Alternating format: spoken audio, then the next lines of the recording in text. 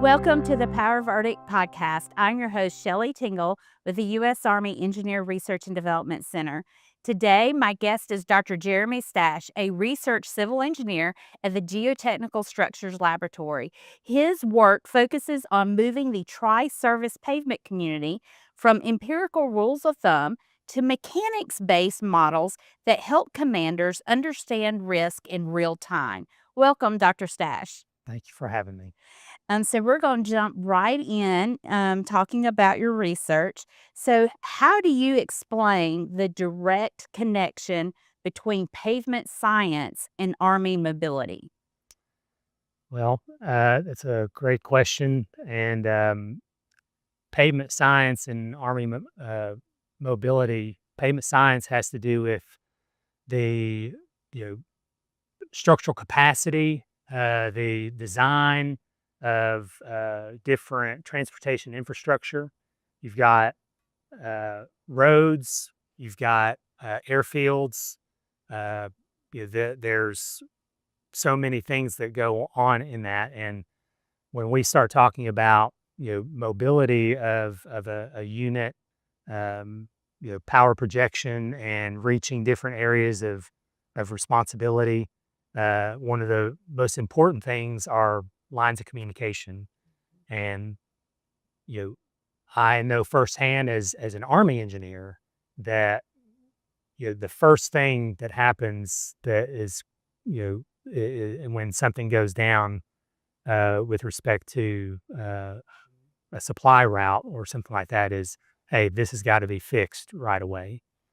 And pavement science is the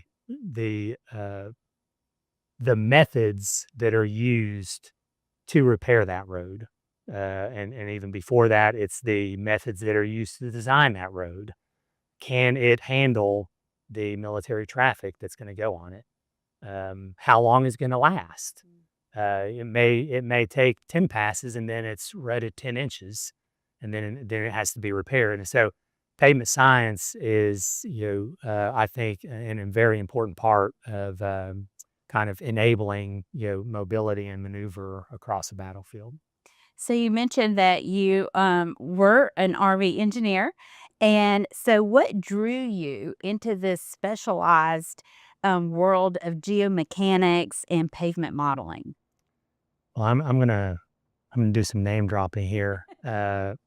Initially, I was at the captain's career course at Fort Leonard Wood, Missouri, and we got a briefing about the Reachback Center at ERDC to Army engineers. We were being told this is a capability, and I'm connecting ERDC with all of the question because I wouldn't be doing it without ERDC.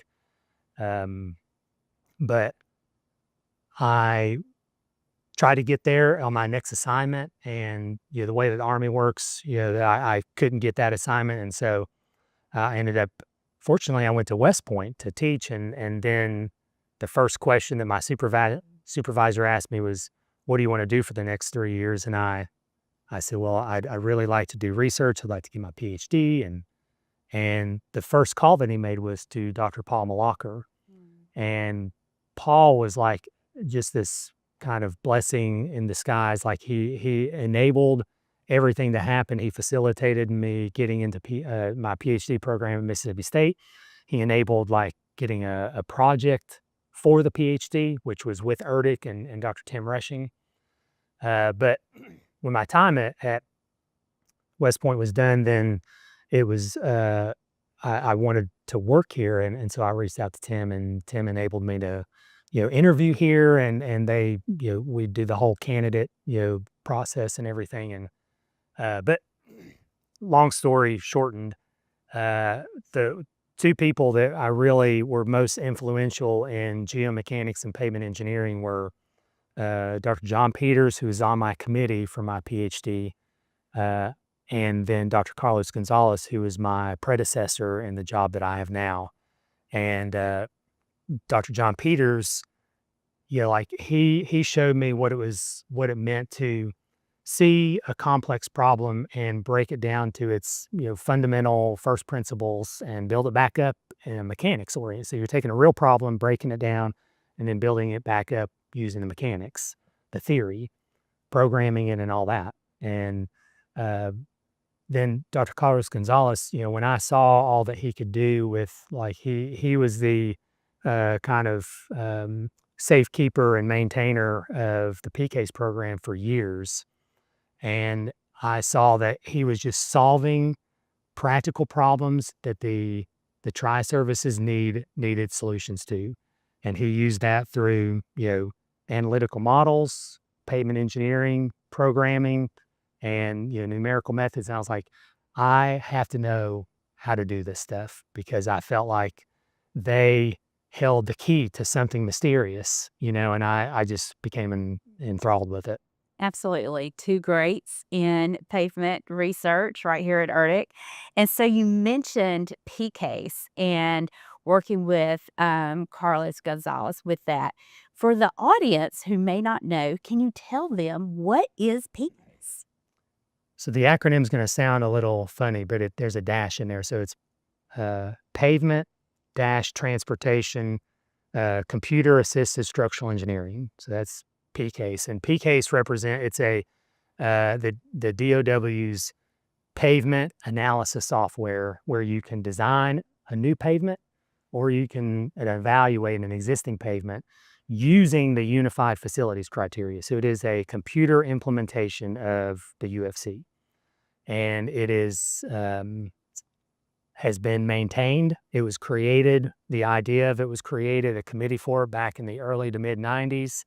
And it started out as a little DOS, program, and it was all separated. And they combined it into, this one program called PCASE, and it's been maintained continuously ever since. And so, with PCASE, because it has been here since the 90s and back in the 1900s, what does your team do to make sure that PCASE stays relevant? Because we're in an ever changing world of new aircraft, Yep. new materials, all different types of requirements. So, how does your team keep PCASE relevant? So I have to extend it beyond just our PCASE group to the whole airfield and pavements branch of where I work. Like our PCASE represents what's known as a technology transfer tool.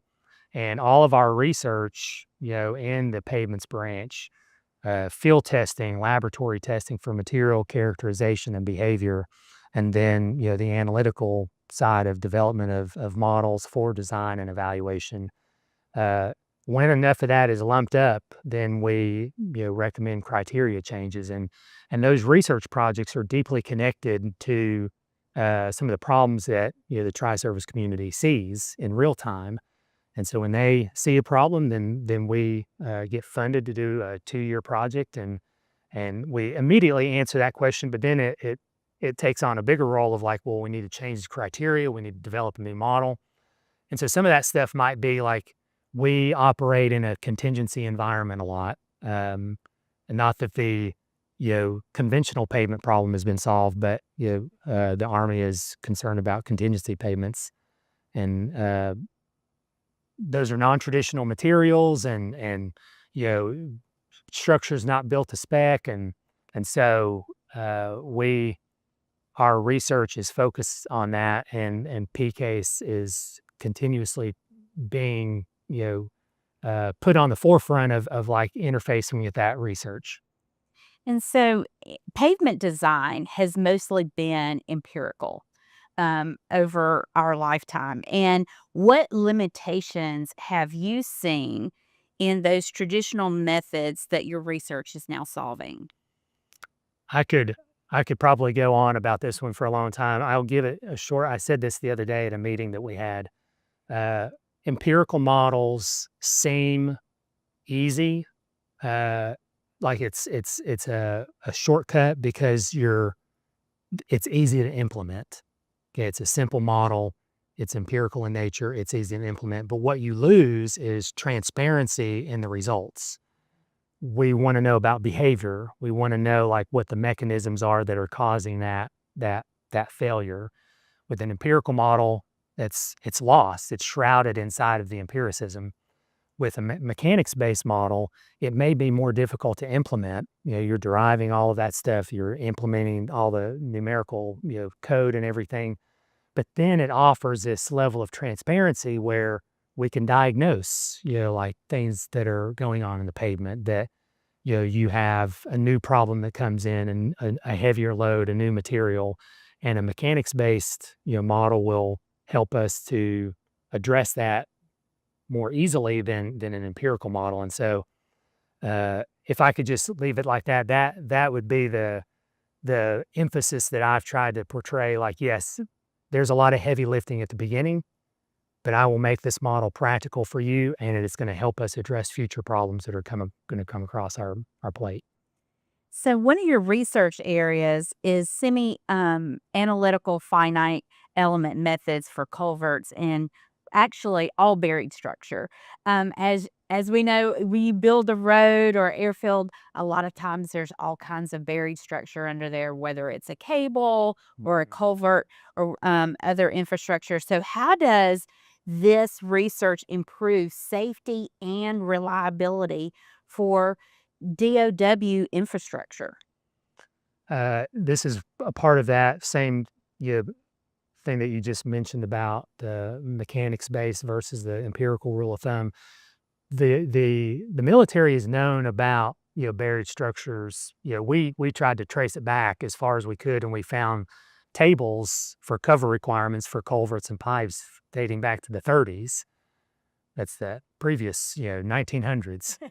But the methods employed to analyze that problem have evolved over time, and I think what we've developed here in our branch with the culvert software, it represents more of the current state of practice, and so what it enables us to do is model that soil structure interaction problem, whether it's some utility line like electrical line or sewer line, or it's just a culvert or pipe.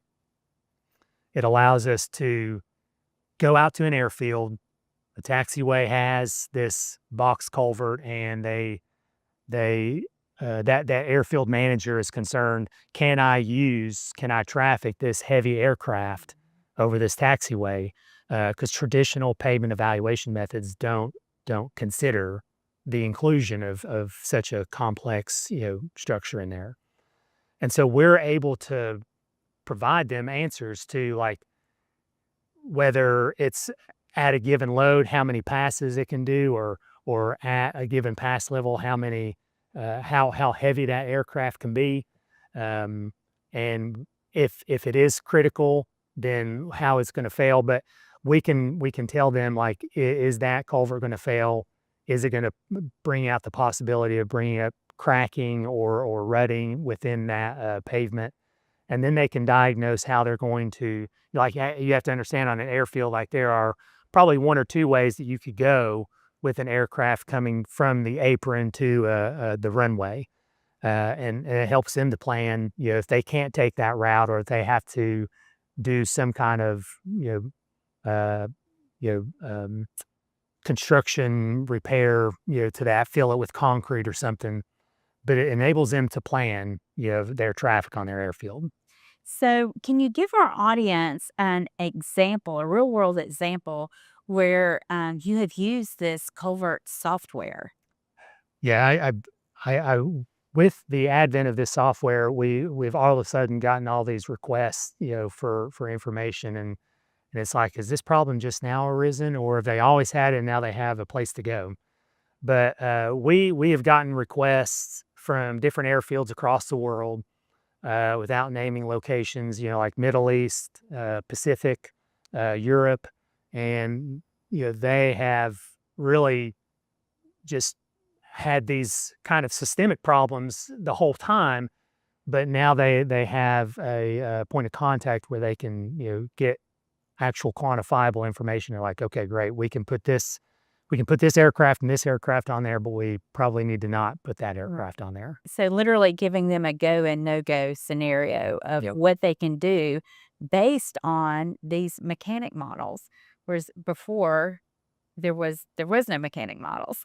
Yeah, that's So now they have a place to go to answer those questions. So what are some of the most common failure mechanisms you see in flexible pavements under these heavy aircraft, and how does your modeling help predict this failure?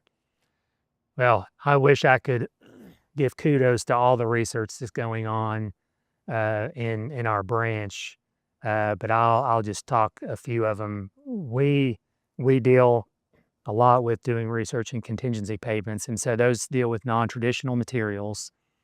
And so one of the areas that we have been looking at over the past few years is failure is traditionally happening in the subgrade, a rutting mechanism.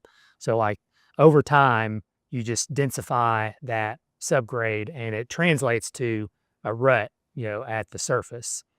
But in non-traditional pavements, where you might not have this really competent, granular base protecting that subgrade, uh, so that base is strong. Uh, in non-traditional pavements, that base is weak, and you may prematurely see failure in the base. And so, a lot of our research has gone into developing, predictive models that will quantify failures that don't happen necessarily in the subgrade, but happen in the base. So you have base and subgrade failures. We also are looking at improving our models for cracking in asphalt. A lot of times you have a lot of different kinds of aircraft. You mentioned heavy, and heavy has to be qualified. Like, do you mean a heavy single tire or heavy aircraft? Because a lot of times heavy aircraft have large landing gear footprints, and the actual individual loads are not necessarily that the tire pressures are not that much relative to a lighter aircraft, but it has 400 psi tire pressure, and so we see cracking that happens in the asphalt, under those circumstances. And so how does your research, um, knowing all of this subgrade and being able to look to understand what could happen at failure, how does this translate in helping commanders understand whether a runway is safe to use after damage or even after use after 5 years, 10 years? A lot of our airfields are way past their design capacity. And so, how does all of this research translate into providing better decision making tools? PCASE, PCASE is used, all over the world by different agencies and everything due to the nature of the non-traditional pavements that they can analyze. But to answer your question of like what it offers commanders, when we go out, our evaluation teams go out, we can use non-destructive means to, like ascertain the structural capacity of the pavements layers. So like the stiffnesses of those layers, and those stiffnesses are, used in PCASE, and we are able to take aircraft of specified loads and passes and tell them, like, okay, how many passes would you like to have? Well, here's the allowable load that you can put on that pavement. How heavy do you want this aircraft? Well, here's how many passes you can get at that weight. And so that really informs, commanders' decisions on what kind of aircraft, what weights they can do, how many missions they can, operate on that.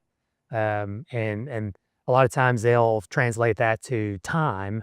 Passes will be this many passes over a year, and so that's another 10 years.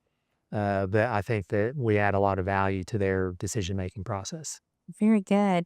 And so I want to talk a little bit about one of your recent projects where you assisted with the prediction and evaluation of the roads in Washington, D.C. for the Army's 250th parade. Tell us a little bit about that project and what it entailed. Yeah, that was a very interesting and complex situation just due to all the agencies involved. A lot of different people across different spectrums of the industry, were involved in that, having their say so. And we got brought in because as the ERDC team representing USACE, because originally the the Federal Highway Administration had done an estimate of what they thought should be done in terms of the route and what should be done to the route and everything. And the chief of engineers looked at that and they're like, has anybody on our side looked at this problem?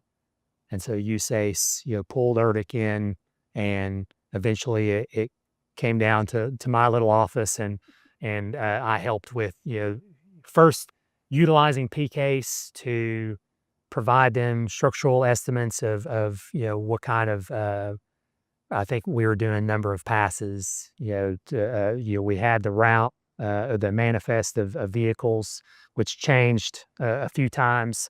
So everything had to be run again multiple times, but we provided them estimates of that. And then there was, should we put plating for the tanks, and where should those be, and how thick should the plates be? So did more analysis, used finite element modeling to see how much strain was, being experienced in the asphalt with this thick versus this thick, and when no plate was there.